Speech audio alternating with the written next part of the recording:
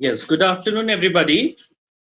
Good last afternoon, lecture, sir. in last lecture, we have in detail study the different commissions which were appointed by East India Company.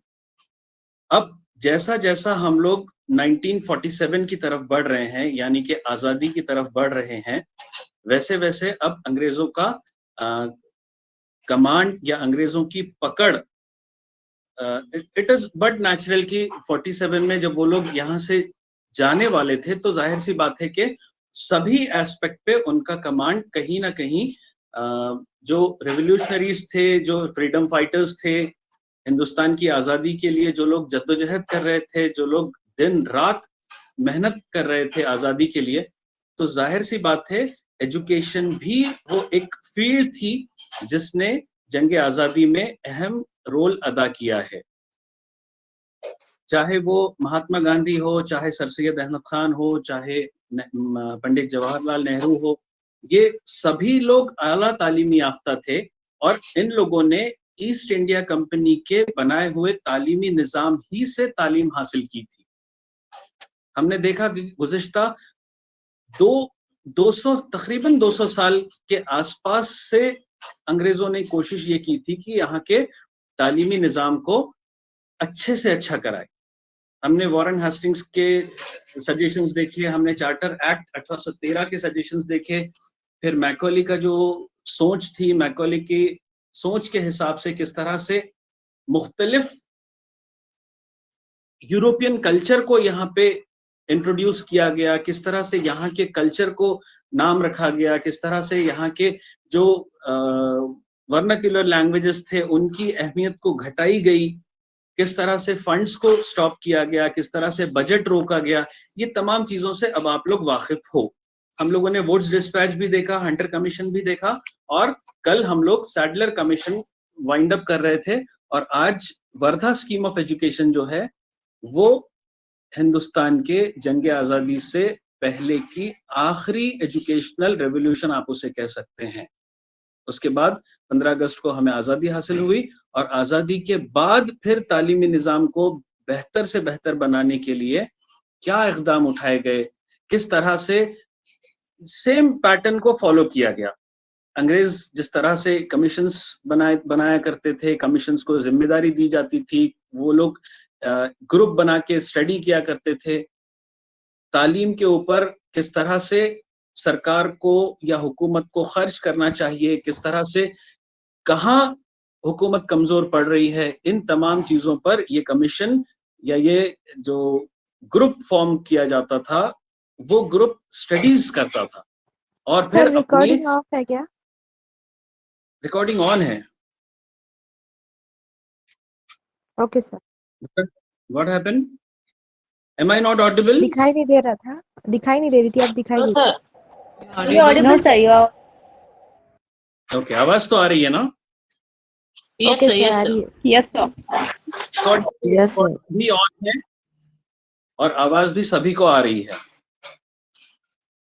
ठीक है, तो इस तरह से मुख्तलिफ जो कमिटीज बनाई गई थी क़ब्ल आजादी और बाद आजादी, ये हम लोग स्टडी कर रहे हैं और आज हम सैडलर कमीशन और वर्धा कमीशन स्टडी करे बाद आजादी के पहले के कमीशंस का जो पोर्शन है वो कंप्लीट हो जाएगा एंड इफ पॉसिबल हम लोग 47 के बाद जो कमीशंस फॉर्म हुए थे उनको भी स्टडी करेंगे। यहाँ तक सब क्लियर है? Yes, sir. Yes, sir. Yes, sir. Doubt है आपको हंटर कमीशन को लेकर, सैडलर कमीशन को लेकर या वुड्स डिस्पैच को लेकर, तो you can ask me.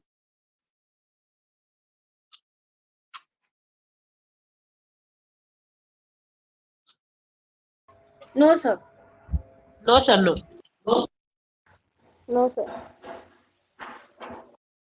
Okay, very good.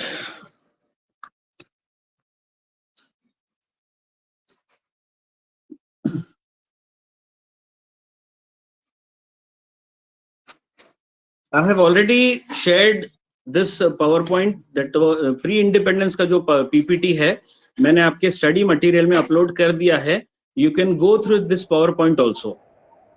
Yes, Yes, sir. sir. सिर्फ मोबाइल में सेव नहीं रखना है, पढ़ना भी है। जी सर। Yes sir. कहाँ तक हो गया था हमारा सैडलर कमीशन? कौन से पॉइंट्स डिस्कस हो चुके थे कल?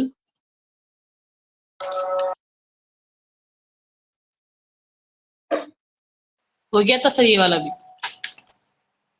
हो गया सर, कोलकाता यूनिवर्सिटी। ये सर, ये यानी कि स्टार्ट होगा आज।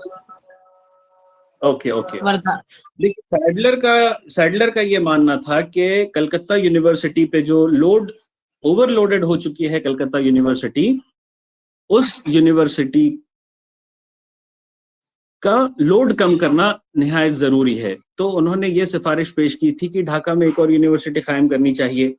जो सीनियर कॉलेजेस कई सालों से चल रहे हैं, चाहे वो गवर्नमेंट एडेड से चल रहे हो, गवर्नमेंट की मदद से चल रहे हो, या उनके सेल्फ फंडिंग से चल रहे हो, ऐसे इंस्टीट्यूशंस को भी अब यूनिवर्सिटी का दर्जा मिलना चाहिए। उसके बाद वहां पे कलकत्ता में जो दूसरे कॉलेजेस थे, उन कॉलेजेस को भी कलकत्ता यूनिवर्सिटी से एफिलिएटेड कर देना चाहिए। तो इस तरह की सिफारिशात सैडलर ने पेश की थी। इसके अलावा उन्होंने ये कहा था कि एक full time vice chancellor appoint होना चाहिए, जो कि यूनिवर्सिटी के हेड होते हैं, चांसलर, वाइस चांसलर। तो वो फुल टाइम अपॉइंटेड नहीं थे, लेकिन अंग्रेजों की जानिब से किसी को उसका चार्ज दिया जाता था संभालने के लिए। तो इसी तरह से उन्होंने ये कहा था कि it should B free from excessive official control. हुकूमत का जो कंट्रोल था ईस्ट इंडिया कंपनी का या अंग्रेजों का जो कंट्रोल था यूनिवर्सिटी पे या तालीमी निज़ाम पर, वो तालीमी निज़ाम से हुकूमत के कंट्रोल से तालीमी इदाराजात को दूर रखना चाहिए। इसी तरह से हुकूमत का जो इंटरफियरेंस था, वो इंटरफियरेंस सख्ती से उन्होंने मना किया था कि इस तरह का इंटरफियरेंस तालीमी निज़ाम में नहीं होना चाहिए। उसके बाद सेपरेट टेक्निकल और रेसिडेंशियल यूनिवर्सिटीज मजीद कायम होनी चाहिए। इस तरह की सिफारिशात सैडलर ने 1917 में अपने रिपोर्ट में पेश की थी। ठीक है, उसके बाद आता है Wardha scheme of education. Wardha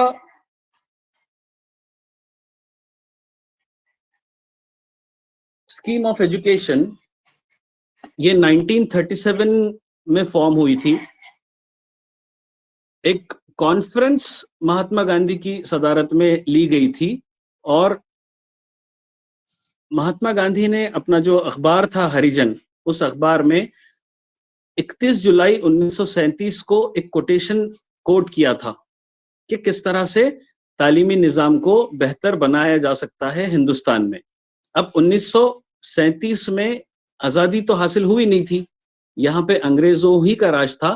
तो अंग्रेजों के जरिए ही और क्या हम सहूलतें मुहैया करवा सकते हैं, इस बात पर भी गौर व फिक्र किया गया। इस बात पर उन्होंने कई चीजों को पॉइंट आउट किया कि किस तरह की गलतियां या किस तरह की कोताहियां तालीमी निज़ाम में है और उन गलतियों को किस तरह से सुधारा जा सकता है और तालीमी निज़ाम को बेहतर से बेहतर किस तरह बनाया जा सकता है। In 1937, Congress ministries assumed office in 7 major provinces of India. The main concern was to fight for the cause of national system of education in the country. The traditional education system had been faulty in many respects. It produced a gulf between the masses and the elite, the rich and the poor, the educated and the uneducated. Education was meant for those who could buy it. It was not everybody's birthright. Mahatma Gandhi की ये सोच थी कि तालीम हर individual का जन्मसिद्ध अधिकार है, उसका बर्थ राइट है, उसका पैदाइशी हक है तालीम हासिल करना। लेकिन सैडलर कमीशन की सिफारिशात या हंटर कमीशन की सिफारिशात या उससे पहले अगर हम वुड्स डिस्पैच की सिफारिशात या मैकॉलीज मिनट को देखते हैं, तो कहीं ना कहीं इन लोगों की सिफारिशात की वजह से वर्नाक्युलर लैंग्वेजेस की अहमियत कम की गई थी। यूनिवर्सिटी लेवल पे अहमियत अंग्रेजी जबान को दी गई थी। एजुकेशन अटेंडेंस की बुनियाद पर फंड्स दिया जा रहा था, लोगों से अच्छी खासी फीस वसूल की जा रही थी, और वेस्टर्नाइजेशन के नाम पे या यूरोपियन लिटरेचर के नाम पे यहाँ के इंडियंस को एजुकेट किया जा रहा था और उनकी सोच हिंदुस्तानियों में इनकलकेट की जा रही थी। तो समाज में गरीबों में और अमीरों में एक तरह की दूरी क्रिएट हो रही थी, एलाइट क्लास में और गरीबों में एक तरह का गैप क्रिएट हो रहा था। तो महात्मा गांधी का ये कहना था कि तालीम ऐसी होनी चाहिए कि जिससे लोगों में यूनिटी क्रिएट हो। जो एक डिस्टेंस क्रिएट हो जा रहा है अमीरों में और गरीबों में, वो डिस्टेंस क्रिएट ना होकर एक यूनिफॉर्मिटी सब में बरकरार रह सके। तो उन्होंने कुछ चंद सिफारिशात 1937 में पेश किए थे। The same year in October, all the Indian National Education Conference was organized at Wardha under the presidency of Mahatma Gandhi. Wardha कहाँ पर है, आप लोगों को है आइडिया इसका? No sir. Sir Andhra Pradesh, Maharashtra में। Yes, it is in Maharashtra. Nagpur के नजदीक है वर्धा। वहां पे ये तालीमी कॉन्फ्रेंस ली गई थी। यानी कि महाराष्ट्र को, हमारे स्टेट को ये एजाज हासिल है कि वर्धा स्कीम ऑफ एजुकेशन हमारे स्टेट में हुई थी। ये हमारे लिए एक फख्र की बात है। तो बर्थ प्लेस है गांधी जी का? अंडर द प्रेसिडेंटशिप ऑफ, नहीं, अहमदाबाद है शायद। ये तालीमी कॉन्फ्रेंस वर्धा में हुई थी बाबा। और ये किसकी सदारत में हुई थी? महात्मा गांधी की सदारत में हुई थी। And his ideas of national education were discussed, and it was resolved that free and compulsory education should be provided to children for 7 years. Mahatma Gandhi की सदारत में ये कॉन्फ्रेंस हुई और जो करारदाद वहां उस कॉन्फ्रेंस में पास किए गए, उसमें सबसे अहम करारदादों में से ये था कि मुफ्त तालीम दी जानी चाहिए हर बच्चे को 7 साल तक। अब वो 7 साल कैसे है? उम्र के 6 साल से तो 14 साल तक उसे फ्री एजुकेशन, मुफ्त तालीम मुहैया करवानी चाहिए, और वो भी उसकी मादरी जबान में। that child should get education in mother tongue, and that the process of education through this period should center around some form of manual and productive work, and that all other abilities that were to be developed should be integrally related to the central craft chosen with due regard to the environment of the child. अब महात्मा गांधी का ये मानना था कि मादरी जबान में या mother tongue में तालीम के साथ साथ बच्चे को वोकेशनल ट्रेनिंग भी देनी चाहिए। इन 7 सालों में, यानी कि उम्र के 6 साल से 14 साल की उम्र में जब एक तालिबे इल्म स्कूल में तालीम हासिल करता है और तालीम मुकम्मल करते ही उसे इस काबिल बना दिया जाना चाहिए कि वो बरसरे रोजगार लग सके। यानी कि तालीम इस तरह से डिजाइन होनी चाहिए, करिकुलम इस तरह से डिजाइन होना चाहिए, सिलेबस इस तरह से डिजाइन होना चाहिए कि बच्चा मदरसे में या इंस्टीट्यूशन में या स्कूल में तालीम हासिल करे बाद वो फौरन he should start to earn the money, because somewhere Mahatma Gandhi was totally aware about the financial position of Indians. He was aware that people are very much poor in our country. They are just running behind bread and butter. लोगों को 2 वक्त का खाना मुहैया नहीं है और हम लोगों को तालीम से जोड़ने की बात कर रहे हैं। तो उन्होंने ये सिफारिश पेश की कि आप हम बच्चों को तालीम के साथ साथ कुछ ऐसे हुनर सिखाएंगे, कुछ ऐसे हैंडीक्राफ्ट के काम सिखाएंगे, कुछ ऐसी चीजें सिखाएंगे जिसमें बच्चों को भी दिलचस्पी हो और उन चीजों को सीखने के बाद बच्चा पैसे कमाने काबिल बन सके, बच्चा अपने वालिदैन का हाथ बटा सके। इस 7 साल की तालीम में हम बच्चे को इस काबिल बना सके कि बच्चा खुद कफील बन जाए।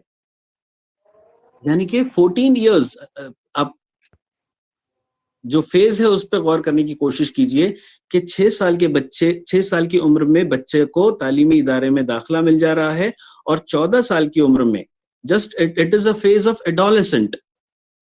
आप बच्चे को इस उम्र में ये कंसिडर नहीं कर सकते हैं कि वो पैसे कमाने के काबिल बन सकता है। लेकिन महात्मा गांधी की ये सोच थी कि पॉवर्टी का जो आलम है, गरीबी का जो आलम है, भुखमरी का जो आलम है, यहाँ के मिडिल क्लास या लोअर मिडिल क्लास के लोगों को के बारे में उन्होंने सोचा।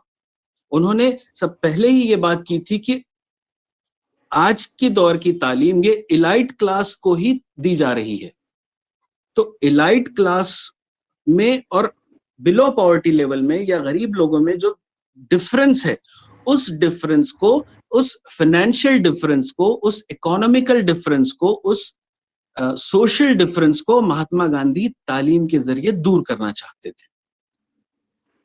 तो उन्होंने कुछ ऐसे कोर्सेज इंट्रोड्यूस करने की सिफारिश की कि जिन कोर्सेज के जरिए बच्चे तालीम मुकम्मल करते ही आसानी से खुद कफील बन सके। The conference expected that the system of education would gradually be able to cover the remuneration of teachers. अब मेन एस्पेक्ट्स जो थे वर्धा स्कीम ऑफ एजुकेशन के वो 9 हैं, 9 एस्पेक्ट्स ऑफ वर्धा स्कीम।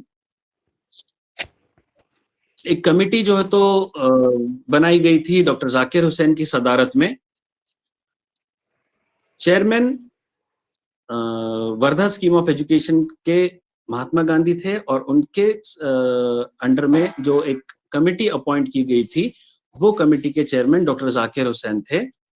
और फिर इस कमिटी ने एक रिपोर्ट 1938 में सबमिट की। 1937 में वर्धा में कॉन्फ्रेंस हुई, तालीमी कॉन्फ्रेंस, और 1 साल के बाद डॉक्टर जाकिर हुसैन की सदारत में जो कमिटी बनाई गई थी उस कमिटी ने ये 9 सिफारिशात या ये चीजें जो है तो हुकूमत के सामने रखी कि क्या करना चाहिए। A free and compulsory education for the age group of 16 to 14, यानी कि मुफ्त और सख्ती की तालीम, free and compulsory education should be given to the children of the age group of 16 to 14। कैसा, किस तरह की तालीम होनी चाहिए? वो तालीम क्राफ्ट सेंटर्ड होनी चाहिए, जिसमें अब जो इलाका जिस चीज के लिए जाना जाता है उस चीज की तालीम या वहां पाई जाने वाली चीजों की तालीम बच्चों को देनी चाहिए। जैसा कहीं पे हमारे मुल्क में कुछ इलाके बिदरी वर्क के लिए मशहूर है, कुछ इलाके जरदोजी वर्क के लिए मशहूर है, कुछ इलाके बर्तन बनाने के लिए मशहूर है, कुछ इलाके फर्नीचर की चीजें बनाने के लिए मशहूर है। मतलब कि हैंडीक्राफ्ट जहां आप जिस इलाके में रहते हो उस इलाके की जो खुसूसियात है उन तमाम खुसूसियात के जरिए उन एरिया के तलबा को फाइनेंशियली स्ट्रॉन्ग करना, ये इस कमेटी की सोच थी।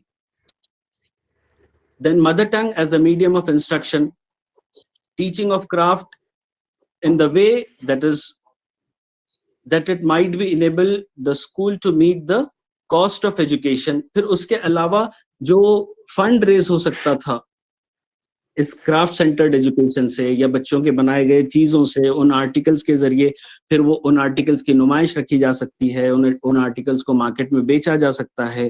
फिर स्कूल के लिए भी ये एक फंड रेजिंग एक्टिविटी हो सकती है, ये वहाँ के टीचर्स की सैलरीज वहां से जनरेट हो सकती है।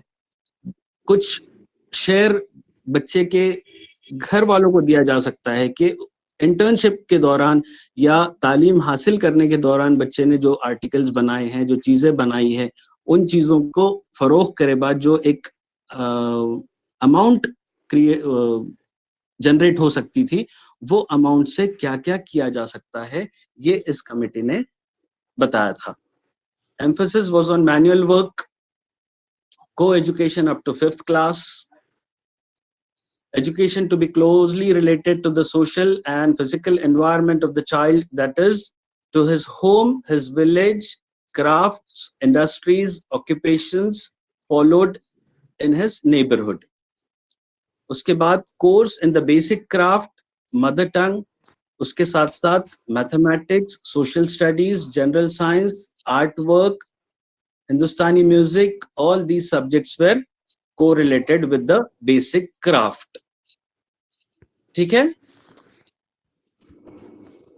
फिर उनका ये मानना था कि एग्जामिनेशंस को और टेक्स्ट बुक्स को ज्यादा अहमियत अगर नहीं भी देते हैं तो भी चलेगा, क्योंकि ज्यादातर हैंड वर्क के ऊपर कंसंट्रेशन है, ज्यादातर प्रैक्टिकल वर्क के ऊपर कंसंट्रेशन है।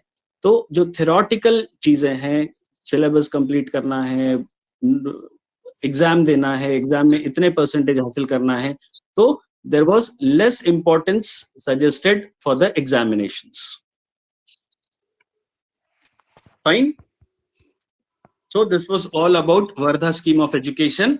अब वर्धा स्कीम ऑफ एजुकेशन 1937 में जो कॉन्फ्रेंस हुई थी, उसके बाद 1938 में ये सिफारिशात दी गई और इन सिफारिशात पर अंग्रेज हुकूमत की जानिब से डिसीजंस लिए गए और इनकी जो रिक्वायरमेंट्स थी, इनकी जो नीड्स थी, उन नीड्स को फुलफिल किया गया। हमारा स्टडी मटेरियल ओपन नहीं हो रहा है, सेम प्रॉब्लम हो रहा है। आई वाज जस्ट, मैं चैट बॉक्स में क्या मैसेज है आप लोग के इतने सारे? प्लीज किसी के पास सिलेबस होगा तो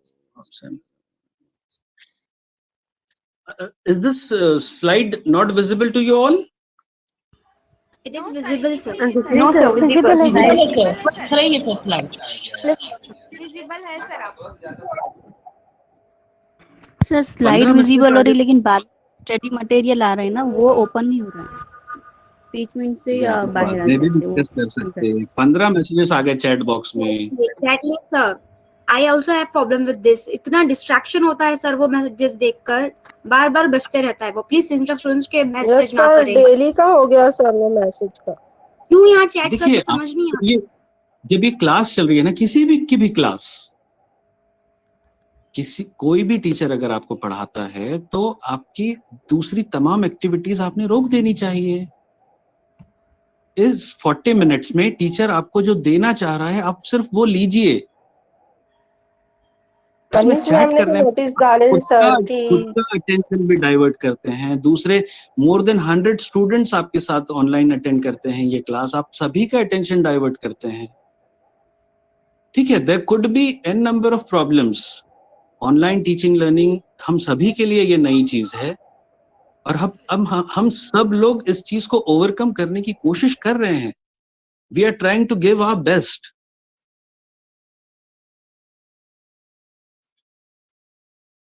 आपको अगर आवाज नहीं आती है तो आप अचानक बीच में बोल देते हैं आवाज नहीं आ रही। एक वो जो मोशन होता है टीचर का, एक वो जो फ्लो होता है, वो ब्रेक हो जाता है कहीं ना कहीं। सर डिस्ट्रैक्ट हो जाता है। हाँ प्लीज थोड़ा सा सभी लोग ख्याल रखिए। मैं किसी पर्टिकुलर स्टूडेंट को एड्रेस नहीं कर रहा हूँ, सभी लोग इस चीज का ख्याल रखिए। ठीक है। तो 1947 की आजादी से पहले वर्धा स्कीम ऑफ एजुकेशन के बाद एक और 1944, 45, 46, 47, अब 3 साल देखिए आजादी के लिए रह गए हैं। और सर्जेंट रिपोर्ट, ये भी एक कमिटी अंग्रेजों की जानिब से बनाई गई थी। बेसिकली ये कमिटी की बहुत अहम सिफारिशात नहीं थी। It was just a copy paste of different commissions. उन्होंने कुछ सैडलर में कमीशन के सिफारिशात में से ले लिया, कुछ हंटर में से ले लिया, कुछ वुड्स डिस्पैच में से ले लिया। और वर्धा स्कीम को किस तरह से इम्प्लीमेंट करने के क्या फायदे हैं, नहीं करने के क्या फायदे हैं, बेसिकली ये चीजों पे सर्जेंट रिपोर्ट की रिकमेंडेशंस डिपेंड थी। The Sargent report scheme, formerly known as the report on the Sargent Commission on post-war education development in India. इस कमीशन को पोस्ट वॉर एजुकेशन डेवलपमेंट भी कहा जाता है, या इसे 1944 का मेमोरेंडम भी कहते हैं. Prepared on the behest of the British run government in India that outlined the future development of literacy and education in India. अब एक तहरीक खड़ी हो चुकी थी, जो एक मूवमेंट बन चुका था, अब अंग्रेजों को बिल्कुल ये लग रहा था कि अनकरीब अब हमारा यहाँ से जाना तो तय है. ऐसी सूरत में भी उन्होंने अपना पूरा जोर लगाने की पूरी कोशिश की. 1944 में इस रिपोर्ट के जरिए उन्होंने आने वाले 40 साल का एक ब्लूप्रिंट पेश किया. मतलब कि इस चीज से आप अंदाजा लगाइए, 44 में जो हालात थे, we all are aware of what were the situations. अलग अलग मुल्क के हर मुकाम पर, हर जगह किस तरह से जंग आजादी के लिए जद्दोजहद की जा रही थी, किस तरह से आंदोलन चल रहे थे, किस तरह से नॉन कोऑपरेशन मूवमेंट से लेके हर चीज अंग्रेजों को यहाँ से खदेड़ने का काम किया जा रहा था. लेकिन ऐसी सूरत में भी अंग्रेजों की सोच ये देखिए कि उन्होंने अपना आखिरी हरबा भी इस्तेमाल करने की कोशिश की. उन्होंने ये बताया कि देखो हम कितना अच्छा सोचते हैं हिंदुस्तानियों के बारे में या आपके मुल्क के तालीमी निजाम के बारे में. हमारे पास तो आने वाले 40 साल का ब्लूप्रिंट तैयार है. अगर आप इन चीजों पर अमल करते हैं, अगर ये तमाम चीजें हम नाफिज करने में कामयाब हो सकते हैं, अगर ये तमाम चीजें हम इम्प्लीमेंट करने में कामयाब हो सकते हैं, तो हिंदुस्तान की सूरत आने वाले 40 सालों में कहां से कहां होने वाली है. कितने डेवलपमेंट्स हम कर सकते हैं, कितने अच्छी चीजें हम यहाँ पे दे सकते हैं. तो इस तरह की सिफारिशात 40 इयर्स प्लान सर्जेंट रिपोर्ट 1944 में दिया गया था. Sir John Sargent, the educational adviser of government of India, has prepared a comprehensive scheme of education for educational reform in India. The committee constituted of 22 members headed by John Sargent. इनकी सदारत में मुख्तलिफ दीगर 22 लोगों का इस committee में शुमार था और इस कमेटी ने आने वाले 40 सालों का एक्शन प्लान या फ्यूचर प्लान, इंडिया का तालीमी फ्यूचर प्लान किस तरह से हो सकता है, वो पेश किया था. The central goal of the Sargent scheme was the educational reconstruction of India. It recommended the introduction of free and compulsory education for all Indian children in 6 to 11 years age group. अब महात्मा गांधी ने बोले थे 6 साल से 14 साल तक का करो, तो इन्होंने बोले नहीं 11 साल तक का करना चाहिए. फिर क्राफ्ट सेंटर्ड एजुकेशन पे ज्यादा जोर दिया गया था, तो इन्होंने कहा कि नहीं क्राफ्ट सेंटर्ड तो रखो लेकिन इसमें ये सब्जेक्ट ऐड करो, साइंस ऐड करो, मैथमेटिक्स ऐड करो, टेक्नोलॉजी ऐड करो, डेवलपमेंट के हिसाब से हमको ये चीजें हिंदुस्तानियों को सिखाना है. As I have already told you, it was a copy paste of different commissions. ये बेहतर हो सकता है, ये बेहतर हो सकता है, ये बेहतर. It was just to impress elite class, it was just to impress the people who were against independence movement, and it was just to attract or to unite the people who doesn't wanted that the India should be independent from Britishers. The plan aimed to being about universal literacy in India within 40 years of its introduction, that is by 1984. तो उन्होंने ये बताया कि 1984 तक जब हम universal level पे India को कहाँ ले जा सकते हैं, हम किस तरह से आपका रिप्रेजेंटेशन नेशनल इंटरनेशनल लेवल पे कर सकते हैं, अगर आप इस एजुकेशनल पॉलिसी को एक्सेप्ट करते हैं, तो इस तरह से इन्होंने अट्रैक्ट करने की कोशिश की थी.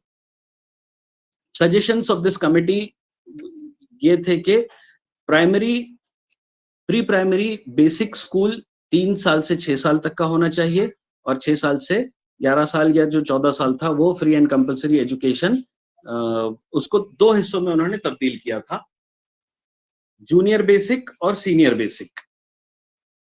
यानी कि 3 से 6 साल प्री प्राइमरी के फेज को बोलेंगे, 6 से 10 साल का बच्चा जो है वो बेसिक जूनियर फेज में रहेगा और सीनियर बेसिक फेज जो रहेगा वो 11 साल से 14 साल तक की उम्र का रहेगा, और 11 साल तक उसे मुफ्त तालीम देनी चाहिए, और 12, 13, 14 में जब वो बच्चा स्कूल में रहेगा उससे फीस लेनी चाहिए। फिर हाई स्कूल का जो वो तालीमी निज़ाम रहेगा वो 2 हिस्सों में तकसीम किया जाएगा, एक लिटरेरी और एक वोकेशनल।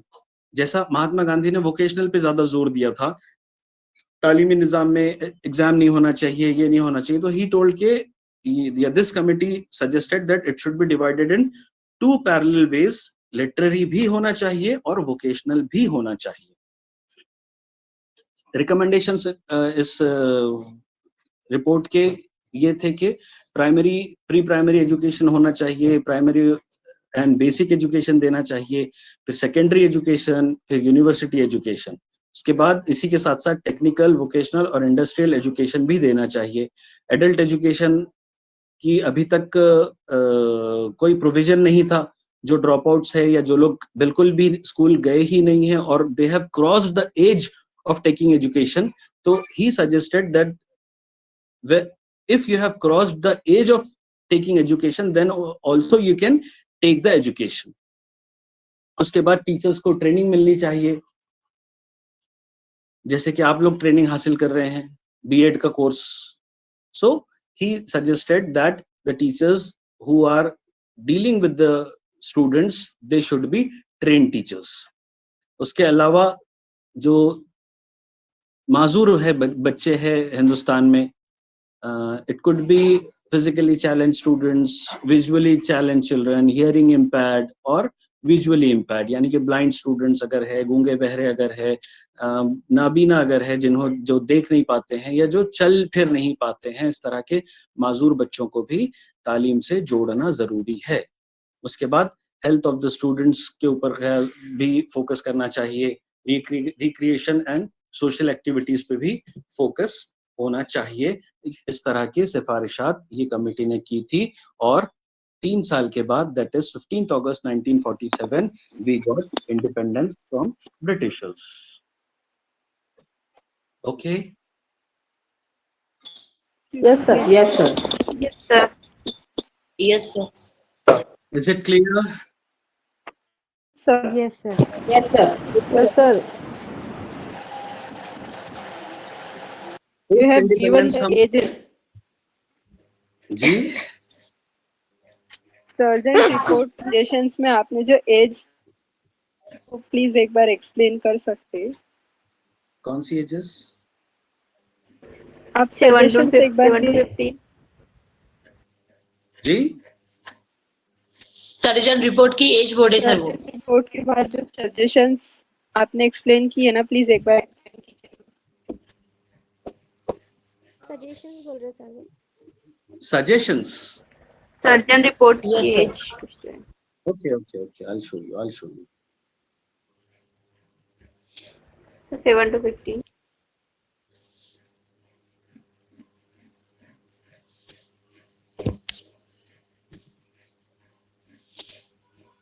जी, ये पॉइंट क्लियर नहीं है? क्लियर है सर। रिकमेंडेशंस क्लियर है सर, सजेशंस वो आवाज ब्रेक हो रही थी तो सुनाई नहीं दिया। Okay, suggestions. देखिए, सर्जन रिपोर्ट में उन्होंने ये कहा था कि तालीम को 6 साल से तो 11 साल तक मुफ्त मुहैया करवाना चाहिए। अब 6 साल से तो 11 साल की जो तालीमी सफर होगा, उस सफर को किस तरह से बाइफरकेट करना चाहिए। बच्चा 3 साल से 6 साल की उम्र में अगर होता है तो उसे प्री प्राइमरी बेसिक स्कूल कहा जाना चाहिए। जैसा कि आज हम लोग प्ले ग्रुप है, कौन सी उम्र में प्ले ग्रुप में बच्चों को दाखिल करते हैं? आज की डेट में हम लोग 2.5 साल 3 साल में भी एडमिशन करवा लेते हैं, बराबर? 3 साल। उसके बाद नर्सरी है, फिर केजी है, फिर प्रेप है, उसके बाद फर्स्ट स्टैंडर्ड है। तो हम लोग ये जो आज का जो हम तालीमी निज़ाम फॉलो कर रहे हैं, ये कब से इम्प्लीमेंट हुआ, इस पर हम बाद में आएंगे। उस दौर में प्री प्राइमरी बेसिक स्कूल उम्र के 3रे साल से शुरू होता था तो 6ठे साल तक था। फिर बच्चा एक बार 6 साल का हो गया तो उसे 2 हिस्सों में तकसीम किया गया था, जूनियर बेसिक और सीनियर बेसिक। जूनियर बेसिक की तालीम 6 साल से 10 साल तक की थी और सीनियर बेसिक की तालीम 11 साल से 14 साल की थी। और फिर 14 साल से 17 साल तक जब वो बच्चा तालीम हासिल करता था तो उसे हाई स्कूल एजुकेशन कहा जाता था। और हाई स्कूल तालीम को भी 2 हिस्सों में डिवाइड किया गया था, एक लिटरेरी और दूसरा vocational. Is it clear? Yes sir. Yes, sir. Yes sir. Vocational पर जोर दिया था और लिटरेरी में जी, किसने जोर दिया था, किसने? नहीं, 1937 की जो सिफारिशात थी वर्धा स्कीम की, वर्धा स्कीम में महात्मा गांधी या जाकिर हुसैन या इन लोगों ने कहा था कि लिटरेरी सेक्शन पे ज्यादा जोर अगर नहीं भी देते हैं तो चलेगा। हमें उनका इंटेंशन था कि बच्चों को रोजगार से जोड़ें, वोकेशनल ट्रेनिंग से जोड़ें। लेकिन 38 के बाद 1944 में इस रिपोर्ट के जरिए उन्होंने कहा था कि उतना ही वेटेज लिटरेरी सेक्शन को भी मिलना चाहिए और an equivalent weightage should be given to vocational training also. सिर्फ वोकेशनल ट्रेनिंग को ज्यादा अहमियत ना दी जाए, लेकिन लिटरेरी ट्रेनिंग को भी उतनी ही अहमियत मिलनी चाहिए। ठीक है? Yes sir.